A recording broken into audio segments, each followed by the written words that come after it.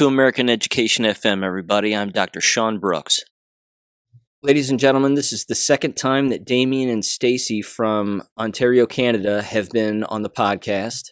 And Stacy is associated and started FedsForFreedom.ca, which again is an advocacy group for federal employees who, again, don't want to take the jabs, among countless other things. They're fighting for their rights and what rights they have left. I don't know what else to describe here in the introduction other than to simply say that I hope that you share this particular episode wherever you can with whoever you can. It's heartbreaking, and it's war. And we are in this war together, and we have to fight the same enemy, and the enemy is identifying themselves on a constant basis, and they are everywhere, in every country. And I don't know what else to say, but I would highly encourage that you give this a listen. Take your time with it. Sympathize and empathize with what it is that they're saying, because they're having a go of it here. And we're all having a go of it. And again, there's just a lot going on right now. Make sure and check out, again, FedsForFreedom.ca, and check the description below for any necessary links that Stacy tosses my way. And make sure and check them out again. And if you can throw them a couple of dollars here and there, it would be greatly appreciated. So with that said, again, here is Damian and Stacy and the latest from Canada. Well, I'll start off with Ontario. So, yeah, we have the vaccine passport, and miraculously, as soon as Omicron showed up, it suddenly stopped being effective. And there's talk, heavy talk, of another lockdown because the quote-unquote case numbers are rising at an exponential rate, according to the government. So the rumor is, it's unconfirmed, so it's really important to mention. The rumor is that the next lockdown up here is going to be for only unvaccinated people. And actually, in another province, in New Brunswick, the New Brunswick government already passed it, so grocery stores and everyone else can ask for a vaccine passport for any potential customer.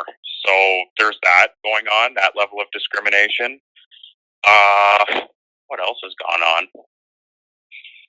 What else has gone on, Stace? Do you have anything? So many things. No, I can just talk about my situation, but I don't want to cut you off.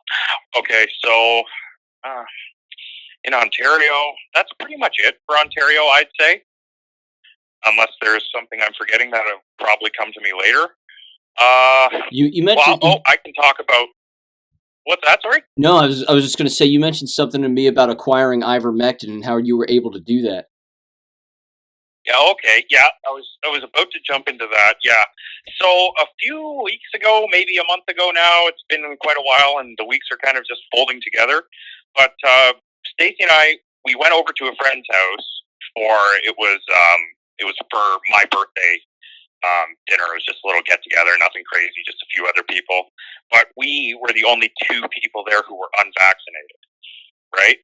So fast forward to 2 days later on the Sunday, and I started getting a little tickle in my throat. Now, I haven't been going anywhere public. I haven't been doing anything like that. So the only correlation was I was thinking, okay, well, I must have picked it up from them. Well, they are all fully vaccinated people, and the two of them had just come back from the States. Now, I don't think it came from the States, but the fully vaccinated part is what's kind of important. And then a couple days later, Stacy started feeling sick too.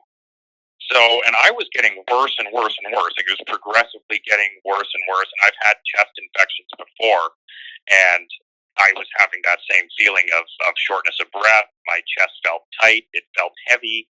I was really tired. I was running a fever. So now we didn't go get tested because there's no need. There's no point. I mean, what does it do except tell me I have COVID? And I don't trust tests, but that's something else. Right. No, the tests are faulty. So our friend, they're false positives left and right. So I figured, God forbid it comes back positive and then I'm on some government list. Oh, this guy was positive. We make sure rounds come out first when the camp's open. anyways, a friend of ours happened to be staying with us for a couple of days, and she happens to have horses, and she happens to know where to get the horse version of ivermectin. So I legitimately did take the horse, like the veterinarian version of ivermectin. It was a paste. It comes in a tube, like a syringe, and I put it on a cracker and I ate it. And I figured out the proper dosage. I took the ivermectin, and whatever it was that I had, I felt 85% better the next day, like 12 hours later. It was crazy how effective it was. Whether it was a flu, pneumonia, cold, COVID, whatever it was incredibly effective. And I found my new miracle freaking drug for any time I'm feeling under the weather, because it worked. It was unbelievable. How ivermectin is not available over the counter like Advil is beyond me. You know what? I mean, that's absolutely awesome. That's an awesome story. And I'm trying to interrupt you because I want you to keep going, but you can actually acquire the horse paste of ivermectin on Amazon. Yeah, I believe that. And yeah, I have 3 tubes of it for about $90. Yeah, and I mean, I feel more comfortable buying it off Amazon in the horse version rather than what is now started happening in Canada, where there are literally members of the public peddling drugs, i.e. ivermectin, out of suitcases in the parking lot of hospitals, because people are dying in the ICUs and they still refuse to medicate them with drugs and therapies that are working for people. So now you're legitimately getting drug dealers in parking lots for over-the-counter drugs that should be available to us all. So either you go to the horse store and get horse drugs, or you go to the peddler on the street. I don't know what one feels better, but I know both versions work and save lives when dosed properly. That's right. There you go. Yeah, it was absolutely amazing, and it really. So I'm the type of person that in order to believe something with every fiber of my being, I almost need to see it or experience it firsthand. And the ivermectin stuff, as much as I believed it, after having used it, I'm 100%. I'm sold. Yeah, I'm sold on it. If it was a new car, I would have bought it. Like it was just so incredibly effective. Like you saw my attitude the next day. Like I was over the moon, impressed with how effective it was, and no side effects or anything like that. It was just perfect. Yeah, you were back in action. Yeah, very quickly. Yeah. Yeah. Stacy, did you take some too? So yeah, Damian was a lot worse off than I was, with whatever this may have been. So he took 2 doses and I just took a dose. And I was just feeling a little bit of the scratch that Damian was feeling. And I knew I was getting whatever he was getting, but I was just a couple days behind. So I took one to be safe, and every symptom of mine was gone almost within 24 hours. And, I'm not a doctor. I am not a scientist. I am not a chemist. I will repeat myself on this podcast. I am a graphic designer. So all I can say is I don't think ivermectin cures like mono and things like that. So I can only assume is what we had is some sort of version of a viral. COVID, a variant. Yeah, variant. Well, the common cold is a coronavirus. Well, exactly. So that's what I mean. It could have been any one of those 2 things. It could have been legitimate COVID. Hell, it could have been Omicron. Yeah. It could have been. We don't know.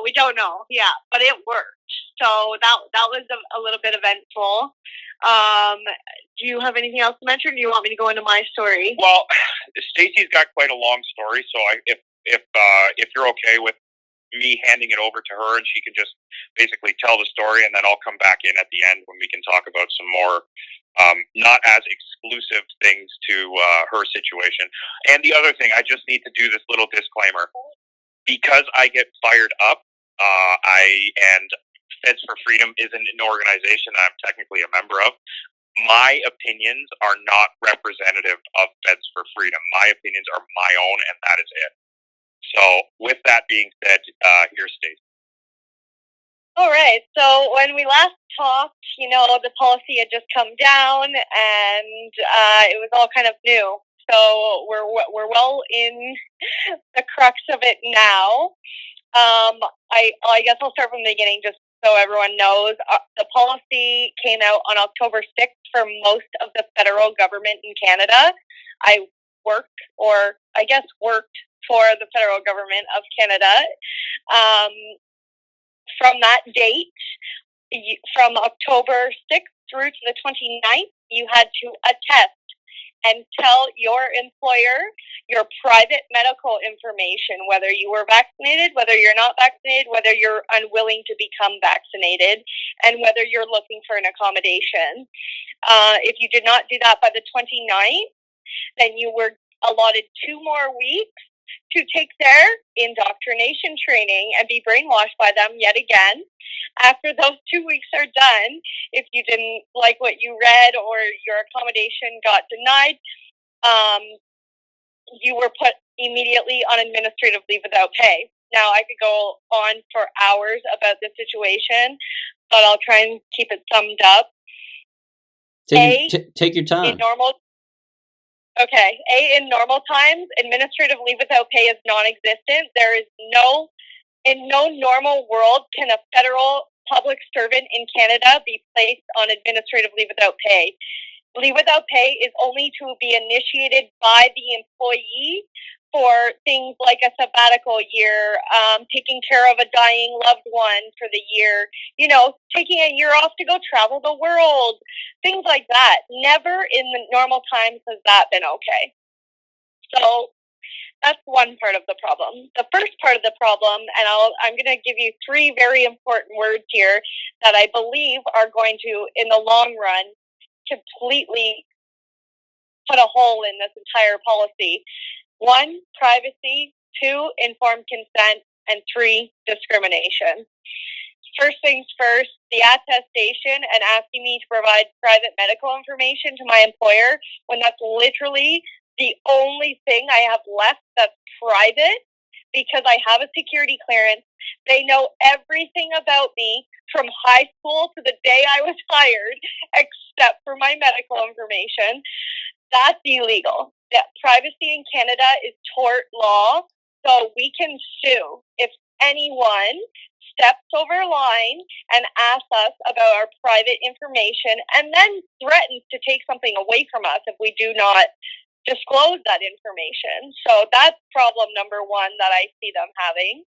And they're trying to use and enact this policy on an authority that I don't believe is correct, because my medical rights come from a provincial level and my privacy rights come up from a provincial level, but my employment rights, because I'm federal, come from a federal level.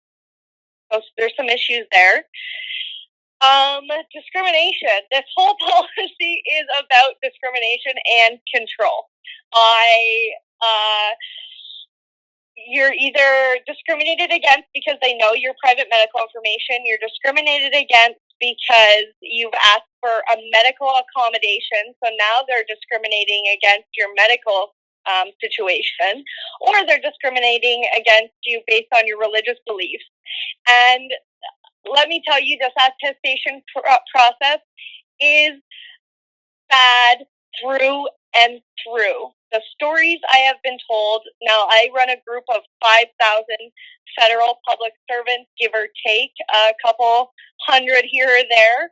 And the stories I've been told throughout my members are disgusting. People are being assessed on their request of religious accommodations based on the wrong religion, because the people assessing don't know the difference between the 2 religions, and then they're being denied that accommodation, even though it's being assessed on the incorrect merits.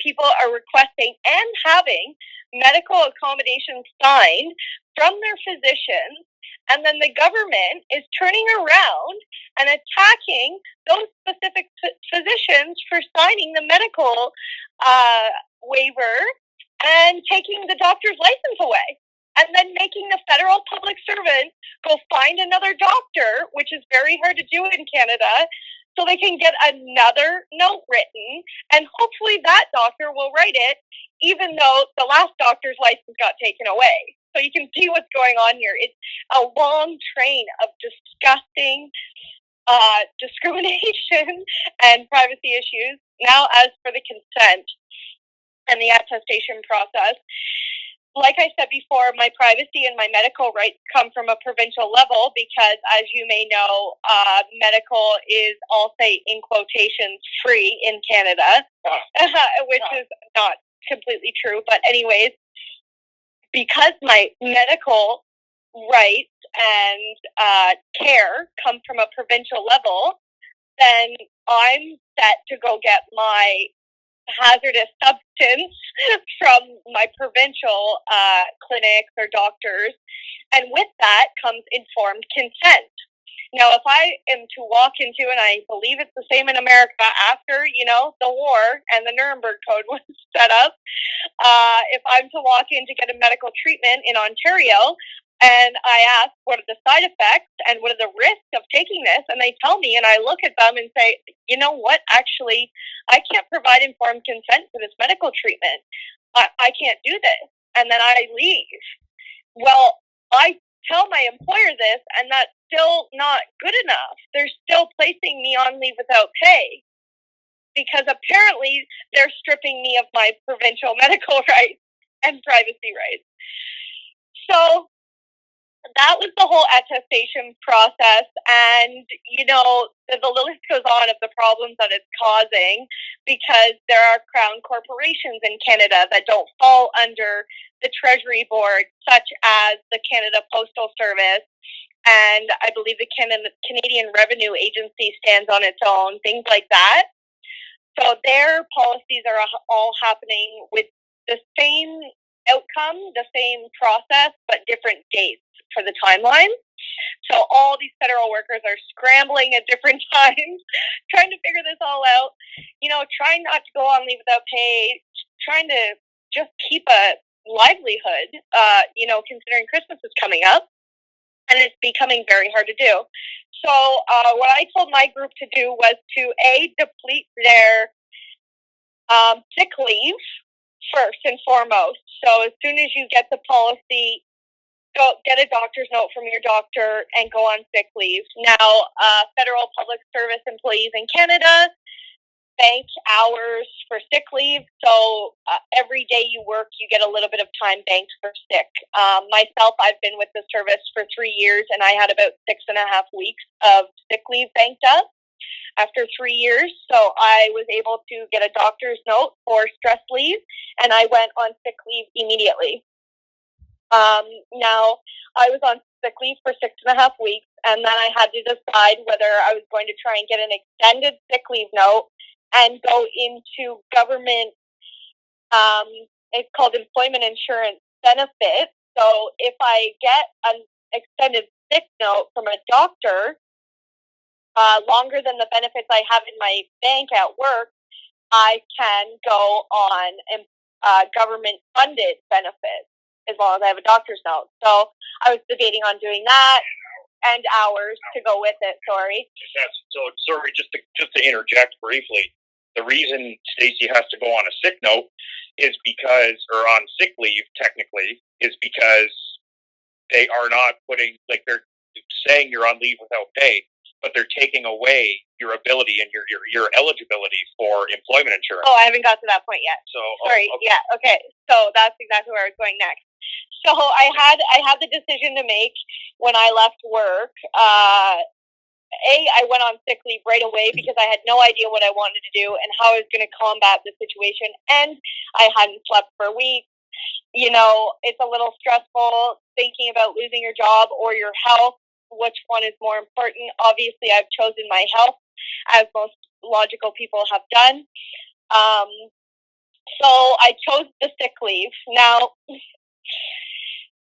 The reason why I chose the sick leave, and I'm explaining all of this, is because our government has done something else. Our government is committing tax fraud on top of all of this. Now, Canadians, from the day they get their first job, through to, the day they retire, they pay into unemployment insurance, like I was talking about. I think it's like the Social Security program. No, Social, yes, in America.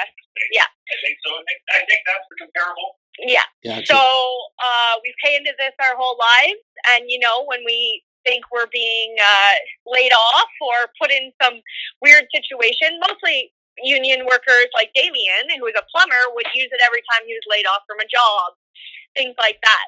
So our government now is giving us a new policy and telling us to shut up and comply, don't ask any questions. Yeah. Or you're being put on leave without pay, and we're going to not allow you to be able to qualify for employment insurance benefits. So they went behind our backs, and in the span of time that Trudeau threatened us in August, and when they actually enacted the policy in October, they changed the employment insurance qualifications, and what they're doing to all federal employees they're laying off is they're dismissing us. And when you're dismissed, and they've changed the language to say if your employee is not following your COVID policy, put them under this code and they will not get EI. If your employer's done this for the COVID policy, put them under this code and they will not get EI. They're literally teaching other government departments how to screw over Canadians, essentially. So that's pretty sad to see, considering I've paid into that benefit my entire life, and now I'm just non-eligible for it because of some illegal policy that's come out that has not been passed through our parliament. But I'll take a break there. So from there, I was on sick leave, and I thought about how can I stop this? How can I make waves? How can I get answers? What the hell can I do to stop this and not go on leave without pay? So I, silly enough, being the good Canadian citizen that I am, thought, well, maybe I should look at the laws and see if there's any law that can protect me from this. So I read through the Canadian Labor Code, which I fall under as a federal employee. There's a section in there called 128, and it's called the right to refuse. So this section is in our labor code because it's your right to refuse dangerous and unsafe work. Now, I'm part of my health and safety committee at work. I have been part of it since the day I walked in the door 3 years ago because I care about health and safety legitimately. And in the right to refuse, right, you can walk into work and say you get your finger cut off by a guard not being on a saw, or, there's some dangerous substances that spilled and we need to do a cleanup of hazardous substances, things like that. So I thought, because I know my health and safety program and the Canadian Labor Code inside and out, I'm going to invoke my right to refuse dangerous and unsafe work based on my employer mandating me to take a hazardous substance in my body in order for the sole purpose of me to perform my job duties. So I think, oh yeah, I got them. I got them by the short and curlies. This is a health and safety right. I'm asking questions about the health and safety of this policy. It was enacted for our health and safety. And Canada is one of those countries, like we have Canada's very proud about how progressive it is. And in health and safety and all this stuff. And when we do our women's training and all that stuff, they it's almost like brainwashing. They drive it into your head. You have the right to refuse unsafe work. Yeah. And they just say it over and over again. And then Stacy goes to do it, and well, no, not that. Yeah. But so you'll hear.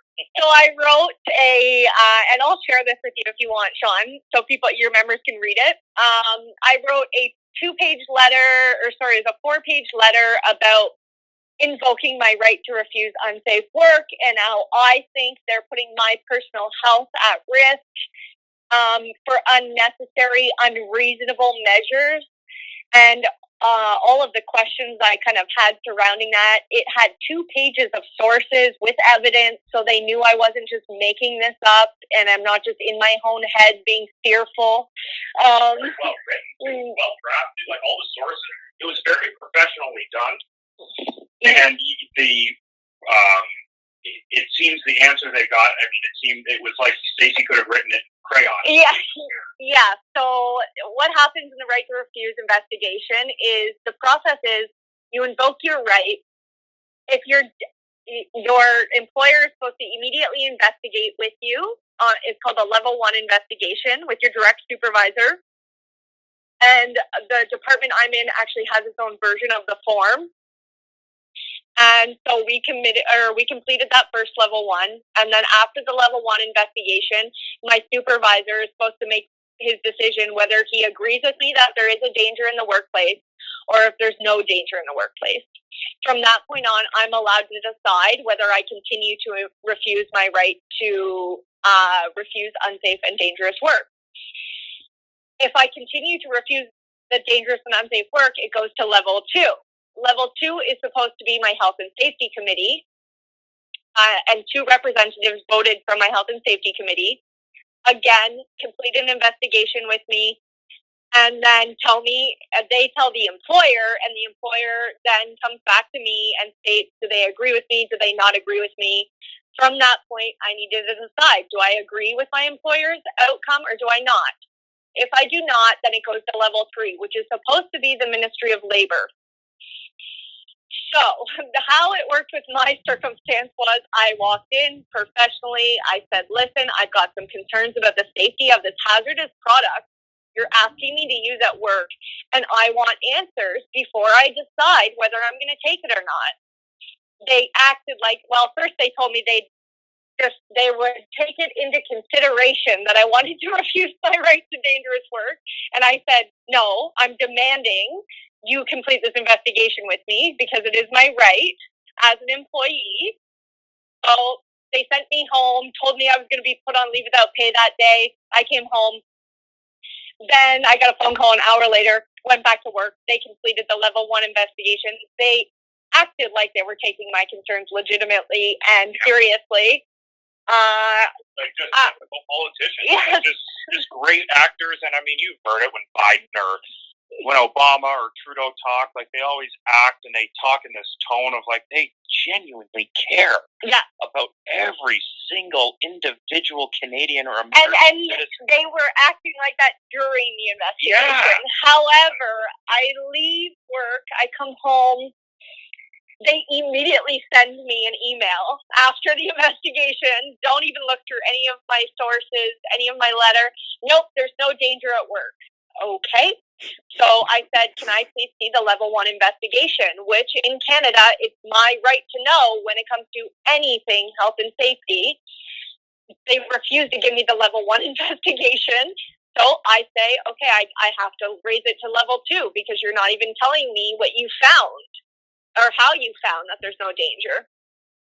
So the level 2 investigation comes up and I think, crap, these guys aren't taking the letter I wrote seriously. And I guess they can't functionally read through a 2-page letter and pull out the questions I'm asking on their own. So why don't I make it easier on them and I'll pull out 34 specific questions with the evidence stemming from my original letter, just so they know the exact answers I'm looking for. So I do so. I go into they held a health and safety committee meeting apparently, and voted on the 2 members who were going to investigate with me. Again, it's my right to know. I asked for those meeting minutes. They have yet to divulge them to me. I believe that the meeting that they had was not a legitimate meeting. So they tried to bully and steamroll me into the level 2 investigation the very next day, and I was not prepared for it. So I managed to say, hey, I need union representative, almost in a jokingly way, because they have yet to help me thus far with this entire process, even though that's what they're there for. But this time they came through. The president of the union in all of Canada said, yeah, help Stacy out, get her a lawyer, you know. And then my local was like, yeah, okay, I can attend with you. So they were able to round themselves up, and I got an extra week between my level 1 and my level 2. I prepared my 34 questions. I got union representation. I walked in. We went through all of my questions. They refused to answer any of them on site. I requested a workplace inspection, which should have been done in the level 1, but I did not know that because they did not show me the level 1 investigation form. So, they refused the workplace assessment. Now, in my workplace, I am operational. I am supposed to be at work every day, Monday to Friday. I am necessary for a very big necessary department in Canada, and I am literally the only person who can make what I make in my shop. So she's a pretty important, she's an integral cog in the government machine. Yes, exactly. Amazing. So, in that department, we had to go back to work right away in March 2020. So essentially, March 2020 hit.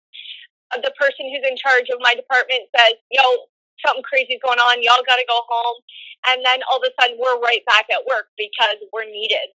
Anyways, to get us all right back at work safely, the government had to perform a business resumption plan, or a BRP is what they call it, to ensure that all of the measures that could be taken to protect its employees against COVID-19 have been taken and are in place.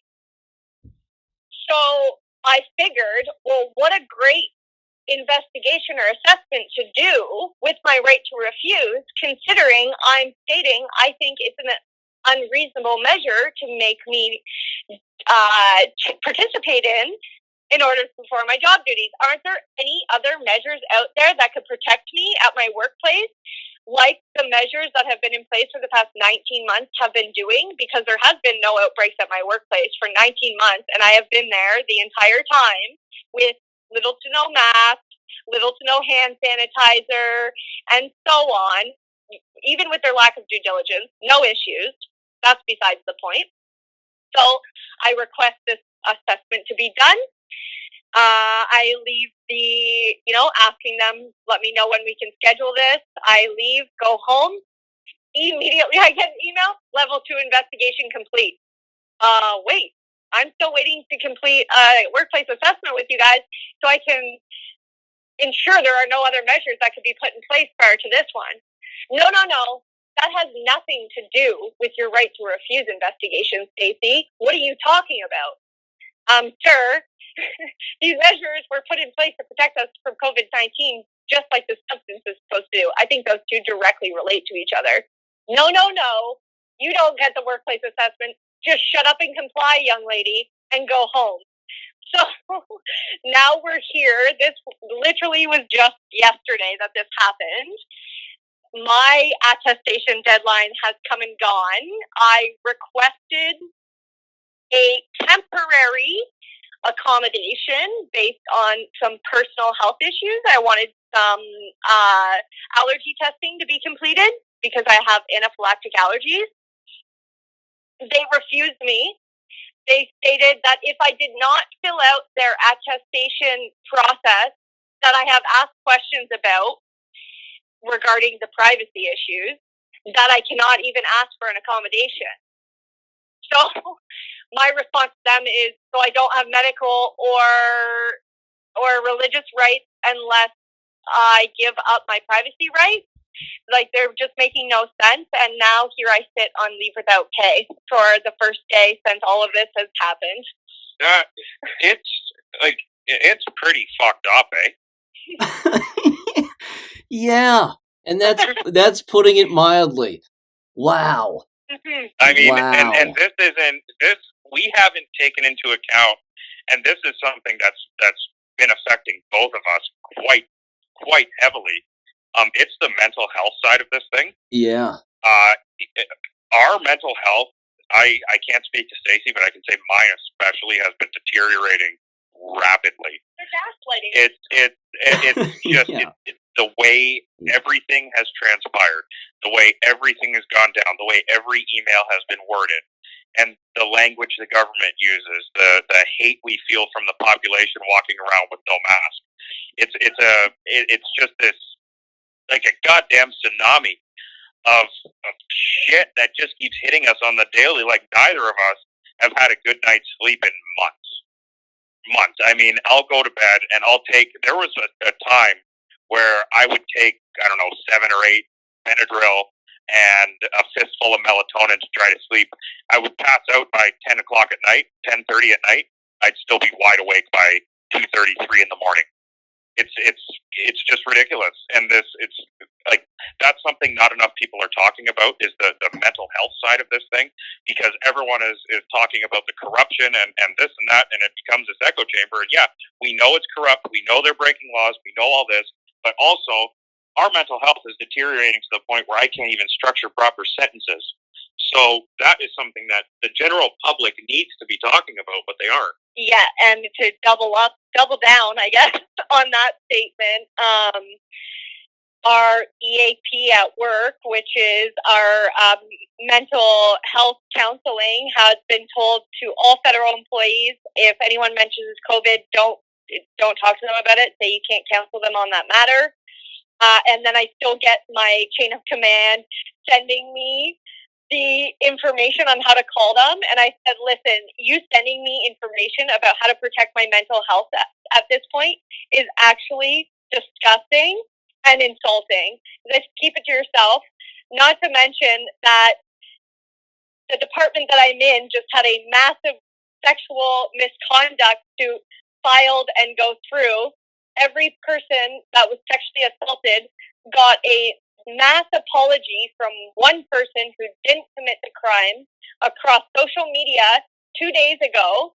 All of the offenders of the crime are let go free, probably being promoted and moved up in the ranks, or whoever they are, whatever department they're in. And the victims are all just being paid off and shamed.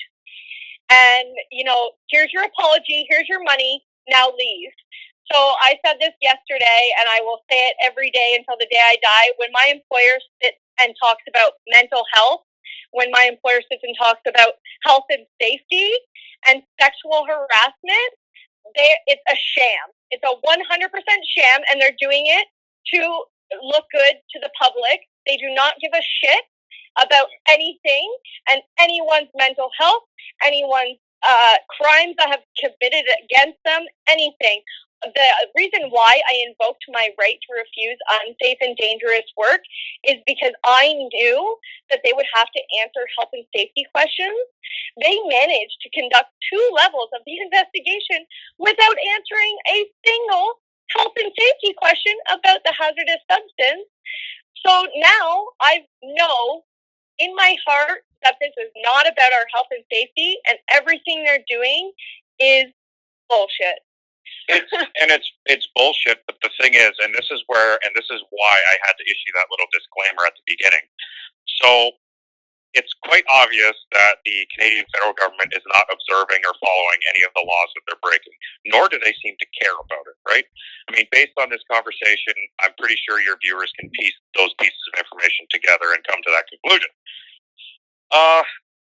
The problem is, we are trying to fight this in the legal way. We are trying to do this above board when our opponent is not playing by the rules. So what I want to do is a little bit different than what FedsForFreedom is doing, and that's fine because I'm not a federal employee, so I can't do that. But if this was me, we need to start getting in their faces and making them uncomfortable. We need to start showing up where they work, and making it uncomfortable, because it's quite obvious that they don't care. So we need to make them care, and making them care about quite frankly, our freedom and our life. Because I'm looking at this from the position of, you're trying to inject me with this, which means you're trying to kill me. And I don't respond well when someone tries to kill me. So we need to fight this the way they're fighting it, make them uncomfortable. And just to say one thing it's kind of going backwards a little bit, but because Stacy had mentioned, they send emails, and immediately she got an email. How cowardly can these people be to send emails instead of coming to talk to you face to face like a proper employer should? It is disgusting just how cowardly they are behaving. They're a bunch of pussies, a lot of them. Well, and they're too bagless to stand up to themselves, too bagless to stand up for their own personal beliefs, and they hide behind the facade of and the illusion of, I was just following orders. It was just this. I'm just doing my job. Well, fuck your job. How does that sound? Fuck your job. You're doing everything the Nuremberg Code tells you can't do. It didn't save Hermann Goering from getting killed. It didn't save all those guys from getting hung, or I believe a couple of them took poison. It didn't save any of them. So do they think it's going to save them? Well, a lot of them are naive enough to think it will. Yeah, I had to serve 3 notices of liability to different managerial type people in my office, and their response is, I'm so sad I had to come to this. And I said, you're literally not listening to a word I'm saying to you. You're not taking any of my concerns legitimately, and you're threatening to put me on leave without pay on that day, which was the 1st of December. I got it extended till today. However, that was tooth and nail. Anyways, really tooth and nail. Yeah, they sit there, like Damian says, I'm just doing my job. I'm just doing my job. Well, that's what pushed me over the edge, because these people who are sitting in the management positions in my department should very well know what happens to people who are just doing their jobs in war crimes. So I had to right there serve them all with NOLs, stating that I would be holding them personally liable for my wage losses. So like I said earlier, how it works in Canada is with privacy being tort law. Anyone who infringes on your privacy rights, you can sue them for that. So the notice of liability, there are 2 different organizations in Canada who have them. One's Action for Canada, and they're working with Rocco Galati, and the other one is Stand for Thee, and it's Rebecca Shepherd, and I'm not sure who their legal person is. They might have been infiltrated. Possibly. So,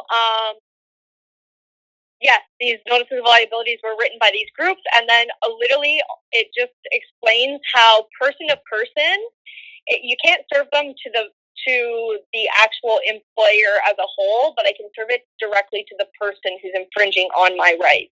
So I had to serve it directly to 3 people. And in Ontario, I can take them to civil claims court and sue them each for up to $35,000 for infringing on many of my rights, the most important being my privacy rights. At this point, it's like just pick one. Yes. Like just pick a right out of a hat. Chances are they violated it. Exactly. And they keep on violating it. And so there's 2 things here. One is, if back in May 1st, 2020, the Liberals banned a whole bunch of guns here, and a lot of that, how they did that, has been mirrored with how they're enacting this policy. And I'm sitting back thinking, if only the public outcry was there in May of 2020, maybe this shit could have been avoided. Because that gun ban was a litmus test of how the population would react to authoritarian measures being enacted by a democratically elected government. That is wholeheartedly what I believe, because when you look at the language they use and the policies, how they're worded, how they're written, it's the same thing. It's just changed vaccine passport for assault rifle. Yeah. It's the same policy. Yeah. Because there's no regard for law. There's no regard for democracy. There's no regard for debate in Parliament. How these mandates and these rules have been slid in under the table with no debate in Parliament, and how the minority of Canadian citizens are awake and realize this, but the vast majority of them are so goddamn naive. It's maddening. And then you try and wake them up, and you're somehow the crazy one. I posted a thing, and Stacy posted a thing, and we lost friends over this. Stacy posted a thing, a link, and it was talking about vaccinating your children, something to that effect. And the video was the FIFA players collapsing, wasn't it? No, it was a miscarriage. Oh, it was miscarriages. That's what it was. It was in Ontario talking about the number of miscarriages on average. Yeah, one of our Ontario hospitals had 34 miscarriages in like a week or something. Anyways, it was like quadruple the regular rate of miscarriages. More than that. Yeah. No, it was exponential. Exponential. And then there was a hospital in Vancouver who had the same issue happening. Now, apparently, someone fact-checked the Vancouver hospital situation, and that was misinformation. However, the main story about the Waterloo Hospital was correct, and actually one of our MPs had called his friend who worked at the hospital, got confirmation, posted it on his page, so that was double checked through and through. And one of my friends came at me saying I was shaming people, I was spreading misinformation, and I said, good, I hope I'm shaming you. That's exactly what I'm trying to do, so that you do not put this poison in your children's arms. I said, if you're feeling shame, it's probably because deep down inside, you are resonating with something that is truthful for you, that you've done something wrong, and you should be feeling shameful. Mm-hmm. So now you need to stop before you've given up your rights. You've already done that, but don't do it for your children. Think about it. They can't make their own decisions. And, I did lose a couple friends, but that's okay. I've gained a lot at FedsForFreedom, for sure. And that's the truth, losing friends over this. And then especially, so Stacy and I live together, and I am privy to the hours or days of research that she's put into it. I'm well aware of the late nights up doing this shit. And to have someone who we regarded as a good friend say she's spreading misinformation, that was it for me. That guy can go fuck himself, because it just shows how out of touch with reality he is. And I expected to lose friends. I lost friends, quite a few, when Trump got elected, because I was exceptionally, and I still am, very pro-Trump. And, from a Canadian, people are always like, why do you care about American politics? Well, because what happens down there does generally affect us up here. So if I can, anyways, I don't need to get into American politics, but we lost a fair few, or I lost a fair few friends when Trump was campaigning, and I expected it to happen this time around. I was kind of shocked with who it was, because we did regard him as a good friend. Yes. He was a good friend, a close friend, and I guess it just goes to show you don't really know someone until you ask them if they're vaccinated, I guess.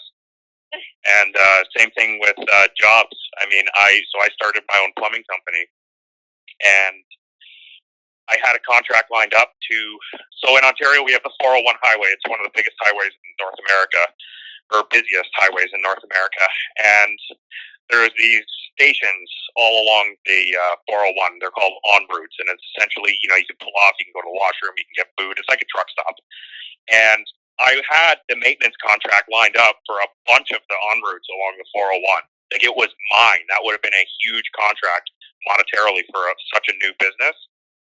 Had the deal worked out. Came down to the last question. Are you vaccinated? Nope. Well, then this won't work. Okay, great.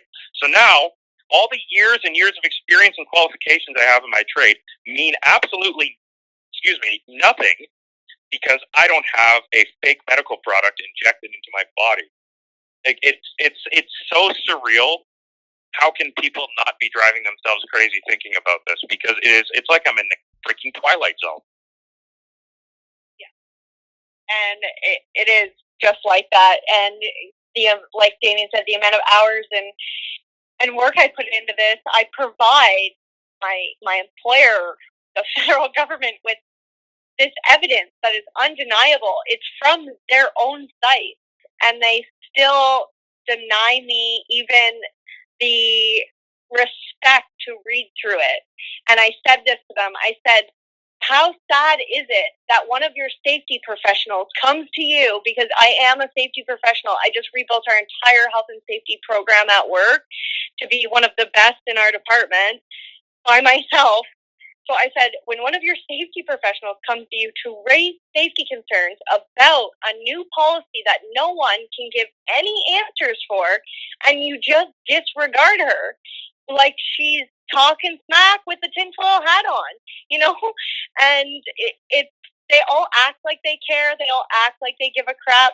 But when it comes down to it, they don't care. As soon as I walk out the door and I'm no longer face to face with these people, they send me the most demeaning, gaslit emails I have ever written. I recorded all of my meetings because I have legal representation, and they're literally emailing me back saying, well, you said this in the meeting.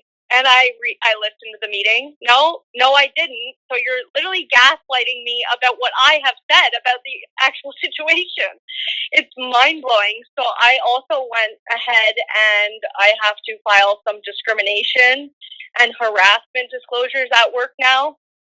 I'm going to have to file a grievance about them putting me on leave without pay when nowhere in any of the policies for my department it states that my employer can just arbitrarily place me on leave without pay if I don't comply with the policy.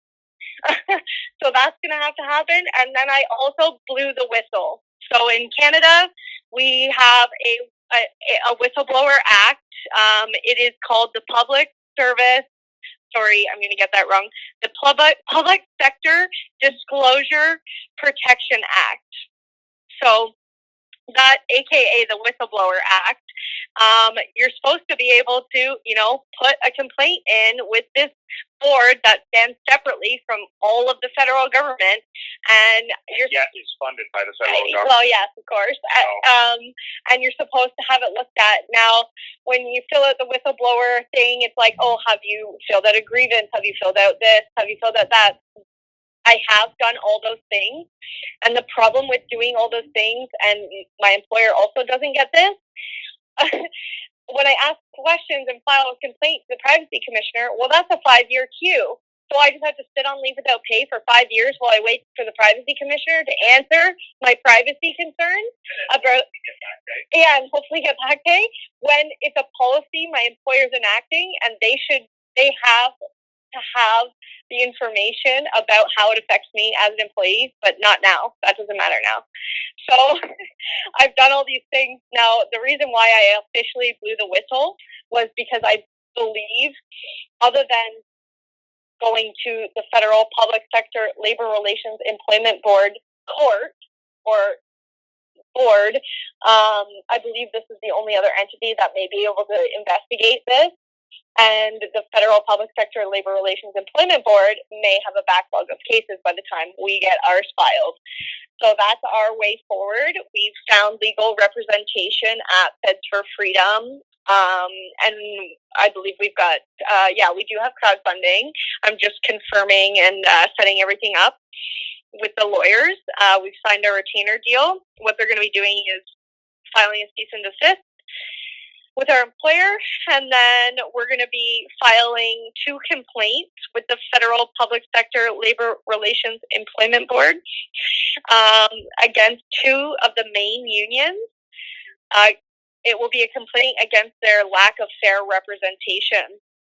From there, we're hoping they will start fighting for us against our employer. If not, we're going to have to file a complaint against the employer for these mandates, and then we're going to be going back and asking for, back pay and damages and all those good things. It's an absolute legal nightmare. Yes, and that is because of the way the Canadian laws are set up. Because I'm a federal employee, I fall under this Federal Labor Board, and there are 2 other cases that are being brought outside of this federal labor. 3 other cases that are being brought outside the board.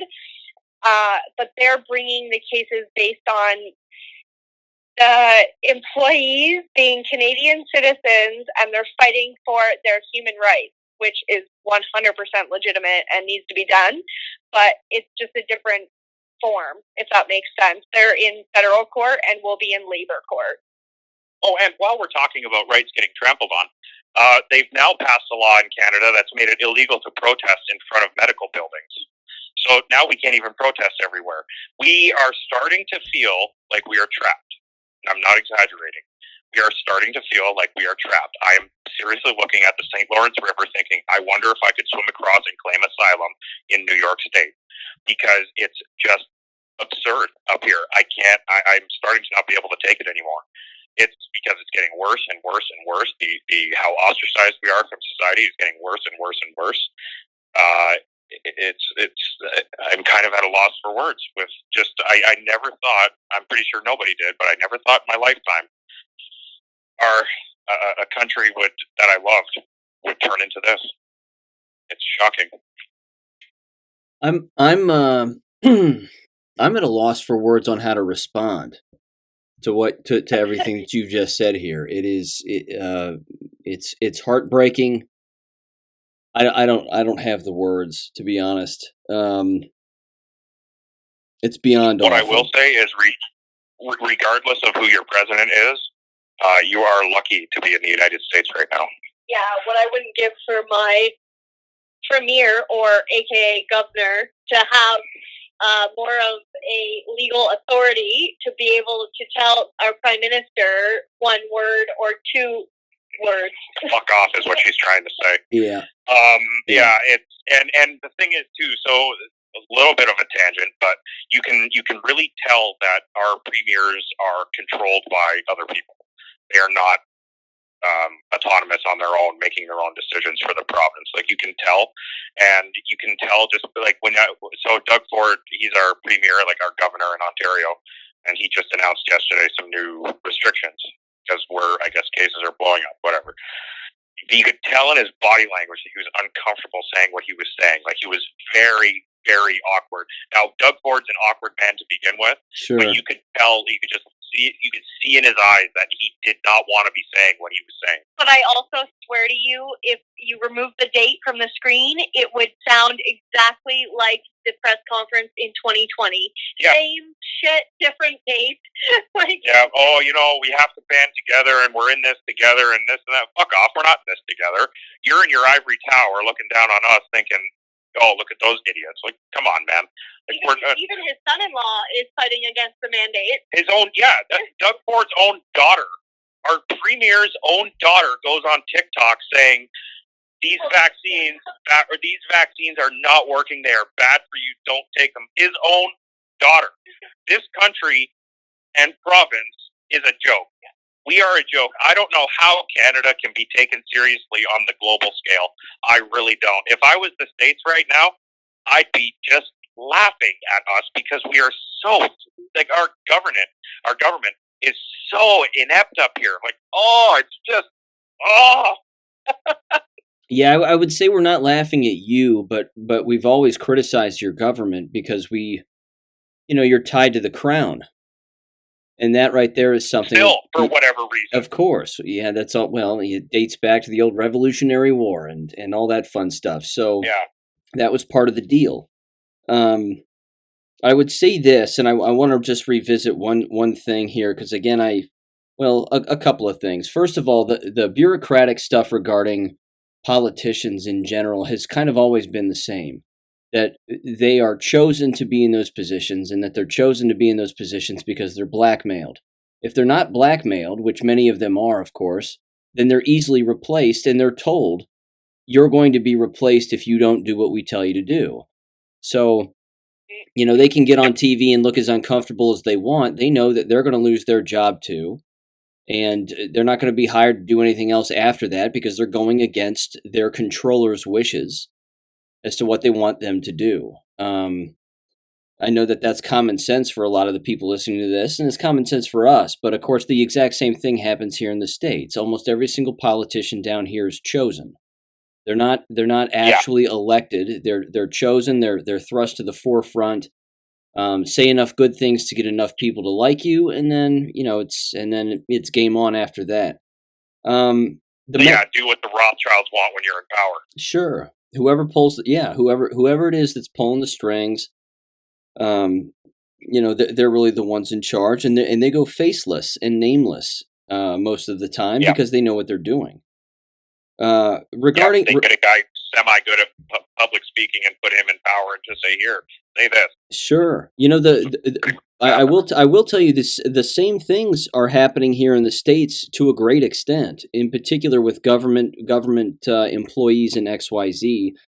I'll give you one example, and this came out today, which was interesting. And of course, these things happen all of the time, but you'll have local school boards, in particular, for example, the school board in the town where I live, and I'm going to make a federal connection here in a minute. But he'll go on the record, the superintendent will go on the record, and he'll say, there's a federal mandate in place for mask wearing, and it's suggested that we follow that mandate. As it turns out, that's not true. So he doesn't have any problem lying to the public because he knows that the public won't push back, or the public is not going to call him out for such a lie. The exact same thing, of course, is happening in New York State. In New York State, you have their governor, who was thrown into that position because the previous governor is a criminal. He's a murderer, actually. Oh, Cuomo. Yeah, that's right. Cuomo. Yeah. So she's been picked. Even in Canada, he's famous. There you go. So she was picked to ramp up the plans because he was moving too slowly and he was compromised at that point. So his handlers pulled his card, and then they said, "You're out. Now we're going to put her in, and she's going to do what we want to do." So what she does is she puts out a press release, just a press release, and she says, masks have to be worn inside and outside of all establishments, and if they aren't, you'll be fined $1,000, either as an individual or a business for every infraction. But there is no executive order. There's no executive order that's been signed. There's no law. There's nothing. Even her own office has confirmed that there's no executive order, which means it's just a press release. Press releases are not law. Yes. Okay. Yes. But that right there again is part of the problem, because so many people hear it, come across their or they read it on their social media, and they go, "Oh shit!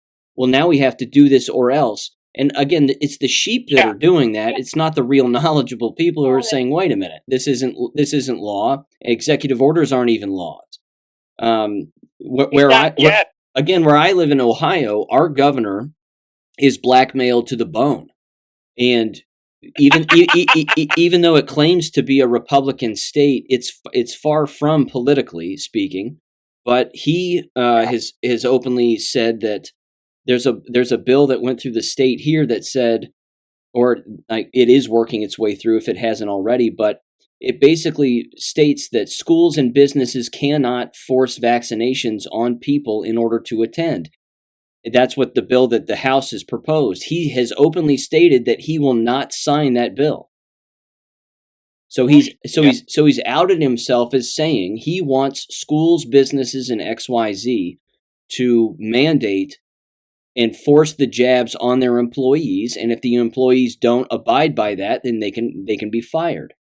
So, and again, the same thing in the military. The military, countless individuals have already now, thousands and thousands and thousands have already left the military because they won't take the jabs. This is happening everywhere at a massive rate, and again, even in Austria. I know I'm talking about lots of different locations here, but I'm trying to make you not. They all intertwine, so it is related. They all intertwine. No doubt about it. So you're not alone. You have more people fighting with you and listening to what you're saying, I think, than you can ever possibly imagine. So whatever it is, do not quit. Do not give up. Do not back down, and continue to do exactly what you're doing. Regarding the mental health part, and I wanted to hit on this too. I do not recommend taking pills to fall asleep. Yeah. No, my dad and mom and Stacy, they all gave me shit for doing that, but they also understood. They also understood why I did it. Sure. I know it's a solution. No, I mean I understand. You're talking to a guy who a very long time ago had serious anxiety and depression. And it was work-related. It was all work-related stuff. They were coming down on me. The bureaucracy was coming down on me. Their entire system was coming down on me. And I was learning about that corrupt system at the exact same time. So again, you're talking to a guy who was getting 2 hours of sleep a night and then would have to go back to that same environment and teach school. I mean, I was remarkably unhealthy. But what I can tell you is that, the things that worked for me, again, just, it's going to sound juvenile to some extent, but it's eating right, it's exercising, it's reading. I recommend the high gigahertz, wavelength music kind of stuff. There's lots of it on YouTube, the rain sounds and all that stuff. It sounds queer, but it really works. And it causes people again to get off of taking something as a sleep agent, and it allows them to sleep a more sound night's sleep, when so many things are going on and their minds are racing at 1,000,000 miles an hour. So yeah, but I firmly agree with you that the business of the mental toll that this is taking is not being discussed enough, because that's part of their warfare on us. See, they want to kill us. Yes. But what they also, beyond just wanting to kill us, they want us to kill ourselves, and we can't do that. Oh yeah. Yeah. Yep. We've got to stay alive, and we got to fight these people, and we can't do it if we're dead. Did you have my mom on the show, Paula? Yes, twice. Did she tell you about her ticket? Yes. Okay, so you heard about the ticket then. Okay, so we don't need to go into that. Yeah, so another layer of. Oh, no doubt about it. What'll happen too is she'll shoot me emails, and then I'll say, "Can I read this email on the air?" And she goes, "Oh yeah, 100%." And I'm like, "Sweet." And then I do. Yeah, just to get it out there, keep updating people as to what's going on. No doubt about it. Exactly. She's been my mental rock throughout this whole entire process. But it's funny you mentioned that people are taking announcements as law, because that is one of the questions I've been asking my employer since day one of this situation, that they themselves cannot even answer. So on my employer's website, it stated that on August 13th, I'm just going to pull this up, August 13th, 2021, on specifically my employer's website, it stated that mandatory vaccination in Canada is illegal, and my management cannot make it legal and cannot require me to have it. It specifically says management cannot require a public servant to get a vaccine, nor is mandatory vaccination supported under Canadian law. So that was August 13th, 2021. This is this was November 29th, 2021. And now my employer's website states, in light of an announcement made on October 6th, the Government of Canada requires COVID-19 vaccination for public servants. Now, as you remember the last time we were on your podcast, it was election time. So the House of Commons was out and electioning from August 13th through to November 21st. So during the whole time that they went from stating it's illegal and cannot be mandatory to stating, well, this guy made an announcement, so screw it, we're going to ask for it now. There's been no sitting house, and I shared the calendar of our house to my employer. I shared both experts from their website to my employer, and they still couldn't answer any of my questions. And it just goes to show that they're literally all just minions in this. And I heard so many times, "Oh, I'm just doing my job. I'm just doing my job. I'm just doing my job." And if I hear that one more time, I will probably actually lose my mind. But I said to every person who says that to me at work, I say to them, you need to stop. You need to stop, and you need to stand up, and you need to start asking questions like I'm asking. Yeah. If you don't understand why you're doing something, then why are you doing it? You'd think you'd question your motives and your processes and your duties, and ensure that you fully comprehend everything prior to carrying them out. Because there are such things as unlawful duties and orders in our country, but instead they're just going about it like no big deal. And the lack of empathy I'm seeing from my employers is heartbreaking. They don't give a shit whatsoever. It's all a mirage. It really is. It's tough. Yeah. And it starts to eat away at your mental stability. It eats away at that, but it also you start to get a foggy perception of reality, because when you wake up every day, and like our media up here is it's horrible. Like our mainstream media is it's blatant propaganda, all of it. It when is. You wake up seeing these articles. I've seen your media when I was up there a couple of times, and it is bad. Yeah, like there is no accurate reporting. It's what the government wants you to report. So when we wake up and we look at the real news and then we look at the fake news, you're still left questioning what is actually real. Like, what is real? And so I really like spending time in the woods. And I've found myself lately liking spending time in the woods more and more and more, because I can touch a tree. That tree's real. It's real. It's not an illusion. It's not something the government tells me is real, but not. It's real. The water is real. The rocks are real. It's real shit that I don't need the media to tell me, oh, you got to wear a mask, you got to put gloves on, you should sanitize this 17 times a day, make sure you stay 6.5 feet away because this new variant just jumps that little bit further. Like, it's just tough. It's tough, man. And I know it's a very incoherent debate or argument that I'm having right now, or discussion, but I can't help it. I just have to vent this shit.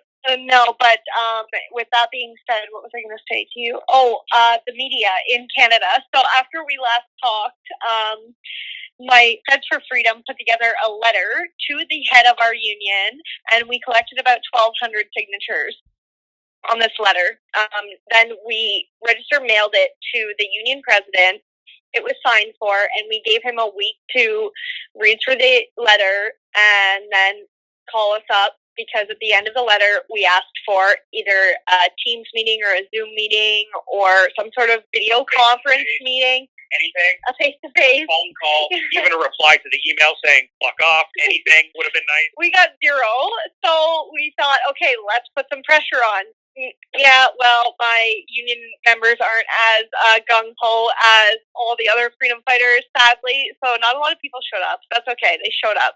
We stood out front of the union for 3 days, and... But it should be mentioned that we were driving 2.5 to 3 hours each way to get to the union hall, so 6 hours of driving a day, and there were people who were local who couldn't be bothered to come out. That was a real kick in the nuts. It was.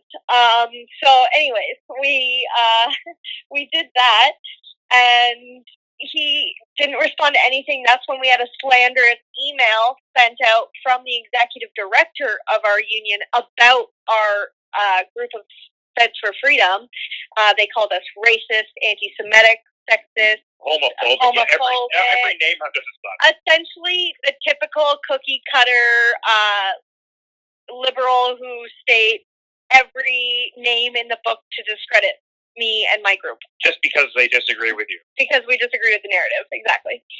So that was very interesting, but what transpired and what I'm getting at for this whole story is, during that time, the mainstream media did come and conduct some interviews with me. And if you look up my name, Stacy Payne, or you look up Feds for Freedom online, you'll see them. Reuters actually did a really good one. That was the best one. But the one that I'm wanting to talk about right now is CTV. So CTV came and did an interview. And the second day we brought whiteboards because we thought it would be fun to do the PSAC, which is our union, abbreviation. And we thought we'd come up with different words for the letters. So we all sat down and we came up with our own new PSAC translation. So the one gentleman wrote was, privacy serves all Canadians. Now that doesn't sound like a very epic or drive it home type or even edgy narrative or edgy. Yeah, it's not aggressive, right? It's pretty simple. Privacy serves all Canadians. Now in the video and in the interview that they do with us, when I'm standing talking to the camera, you can see there's writing on his whiteboard. But when they come and do some B-roll shots of the gentleman who is holding that sign, CTV censored the entire whiteboard, so it looks like there was nothing written on it whatsoever. And I know there was, and we have raw footage to show it. Yes, and we filmed the interview too. Yes, and as you all know, I'm a graphic designer, so I can usually pick up when things have been manipulated afterwards, and this 100% was. So it's interesting that CTV, in all that work, only censored one whiteboard that stated privacy serves all Canadians. Now, I think they did that because, as I said before, I think this whole thing is going to fall apart when it comes down to the privacy. There's a process that you have to go through if you're looking to gain more information about federal employees. And I might be saying this wrong because I haven't dove into this section of the research fully, but I believe it's a privacy impact assessment. Yeah, and it's just a litmus test to see if the level of violation is worth the potential reward. Correct. And is it going to be protected when it's taken? How is it going to be used? You know, all things that you would want to consider when diving into people's private information. So we all believe that was not done in Canada prior to this policy being enacted. We don't think they did that, which is a huge no-no when it comes to divulging your private information if they haven't even done their process properly. So we have a lot of, what's that called? Rods in the fire? Irons in the fire. We have a lot of those going on right now. We're trying to poke holes in this at every different level. You know, we've got people, like I said, submitting privacy commissioner complaints, human rights complaints. We have lawyers working on our case for us, submitting cease and desist and complaints to the labor board.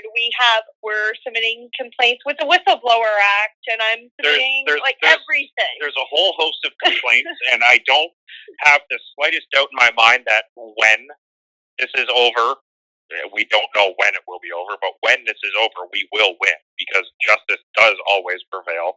The good do win, and we will win.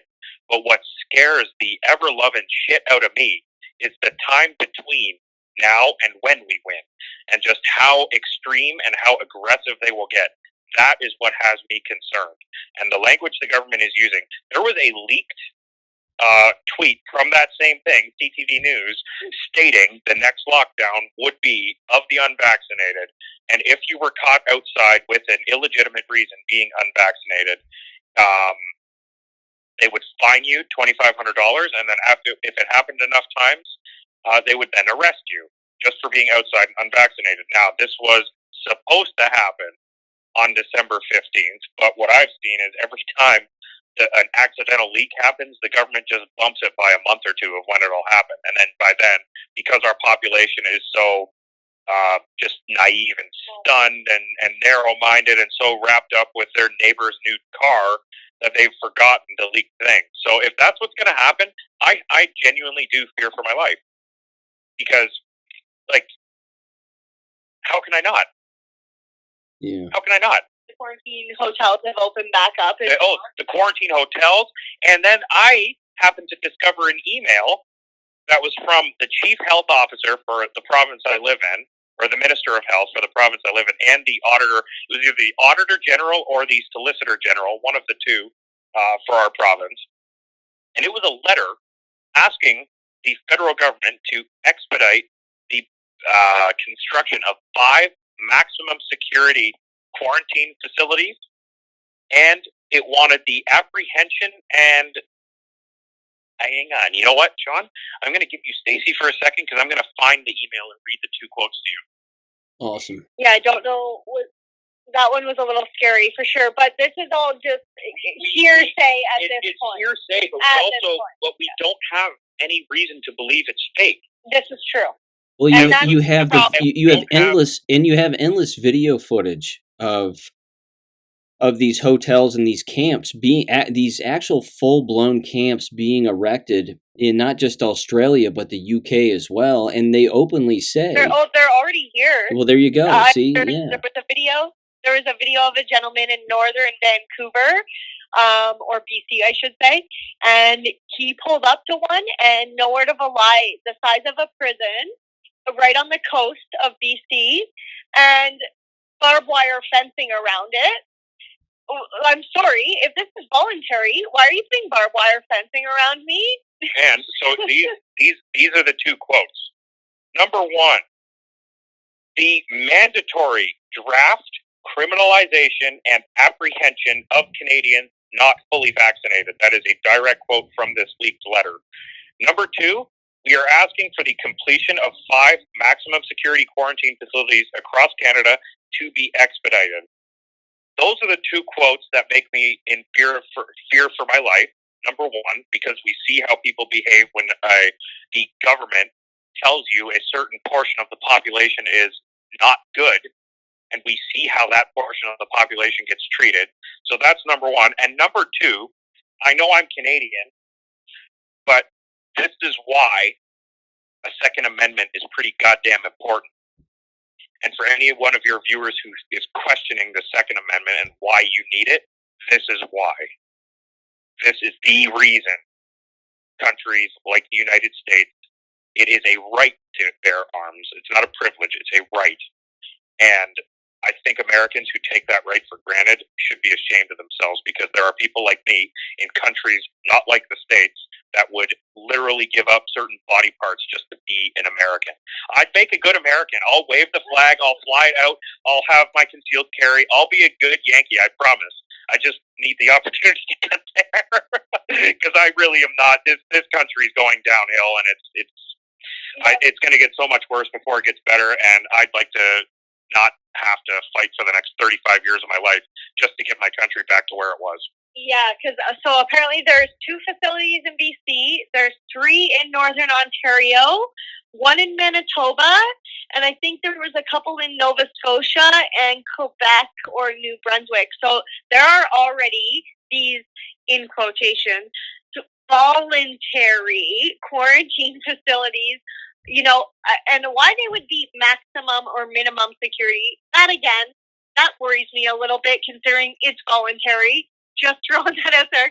And another thing is, the way the government has funded these facilities is there for at-risk people who have low income, who can't quarantine at their own home separately from their family. Yeah, homeless this is people. for the benefit, of the less fortunate people. But we're going to put them as far away from the cities where they live as we possibly can. We're going to put them 20 hours into the middle of the freaking woods in Northern Ontario. And then those homeless people, well, they could just walk up there when they're ready to quarantine, I guess. Like, it makes no sense. Everyone knows. Everyone knows rule number 1 when you're building a prison, you build it outside of any major population center.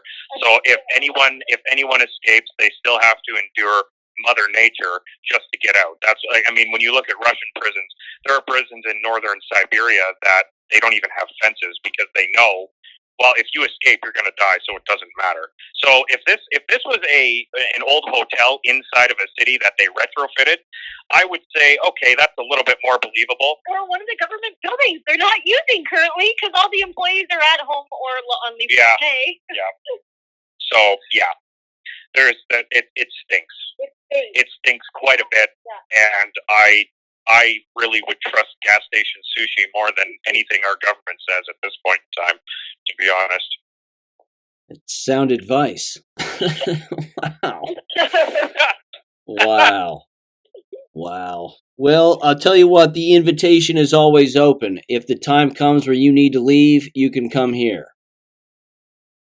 I would love to. 100%. I've already been looking at real estate in Montana, just looking to set up a nice little humble abode somewhere in the mountains. Well, like you said, find a soft spot, work your way in, and and certainly get in touch if you want to. No doubt about it.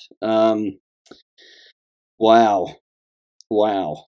If you have anything else you'd like to add, go for it. Well, I just want to say I feel like both times we've been on the show, we've been all over the map, so we apologize for that. But the second thing is, both times you've been in utter astonishment of what's going on up here. So that's actually not really a good sign. Just how bad it is up here. Well, I'll tell you what. I mean, I'm aware, but you're so involved in the bureaucratic angles of their immediate pushback on you, and what that's doing for me when I hear it is it's taking me personally back to a place mentally where I used to be when I was going up against a couple of state departments of education, and it's a tough place for my head to go, but I go back there, from time to time, and again, this is a reminder of that, and I know what that feels like. I know what it feels like to consistently chop at a tree thinking you're making headway. You turn around to take a breather, you look back, and there isn't a single dent in that tree. I mean, I fully understand it. I get it, but this is war, and it's different because, again, much like in those situations, they want you to quit. They want you to submit, and they want you to just leave, or again, comply. And you know that complying is not the morally or ethically sound thing to do, and complying will cause your death. So you can't do that either. But that's what makes this slightly different, because they're pushing this on as many people as they possibly can, worldwide. Yep. And and people who say, and I mean, we have. Or Stacy, I should say, not so much me. I don't really have many friends. I'm kind of a polarizing personality, but that's besides the point. It's people who say, like, I think some of Stacy's friends will say, well, I got the vaccine because I wanted to travel, or I wanted to go out to a bar, or I wanted to go out to a restaurant, this and that, or a hockey game, or whatever. I'm thinking, how shallow is your life? How shallow can your life be that is you're willing to do this just to do that? Yeah. Like, what happened to people having real hobbies? Yep, I agree with you. I agree with you 100%. If people haven't lost the taste for some of the old shit that they used to do in their lives, then they're not just out of touch. As far as I'm concerned, they're dangerous, because they don't know what's going on. And a person who doesn't know what's going on now, that is a dangerous human being. And again, I don't know if I said it earlier when you were talking about losing friends over particular things, but if you lost them, they never were your friends.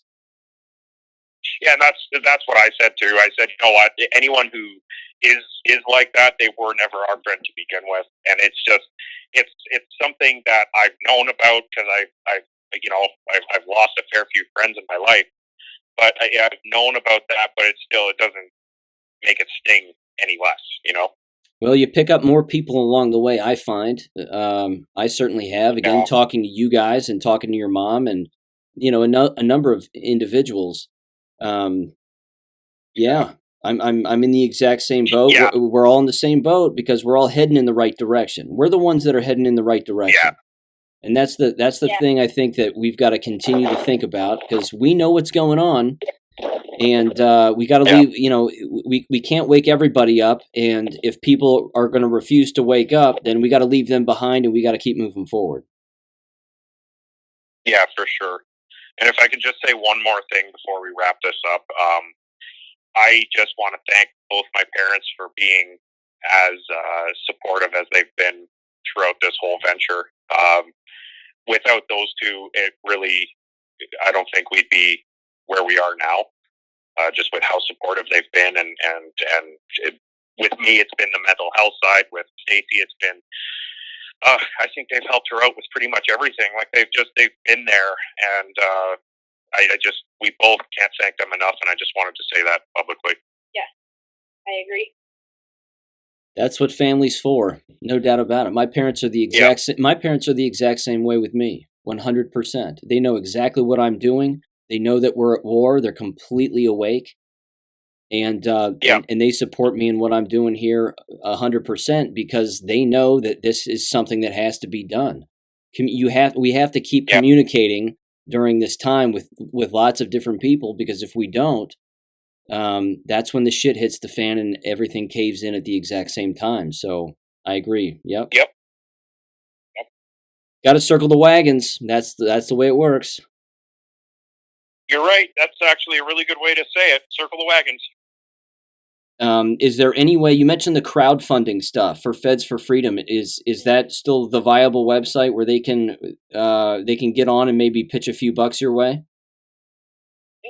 Yeah, I was gonna just say that to you. If anyone wants to check out like more information on my right to refuse, I actually made little mini videos of after each interview and each day. So they're posted on Feds for Freedom Instagram, Facebook, and Telegram channels. And then on Feds for Freedom website, there's a tab. Sorry, it's fedsforfreedom.ca, and there's a tab that says fundraising, and that's where they can go donate. And then for the crowdfunding for our legal battle, that's the democracyfund.ca. So that's a different link, but what I'll do is I'll email that to you, Sean, if you want. You can put it with the other links I'm going to send over to you. 100%. That work? Perfect. Awesome. Wow. Great talking with you again.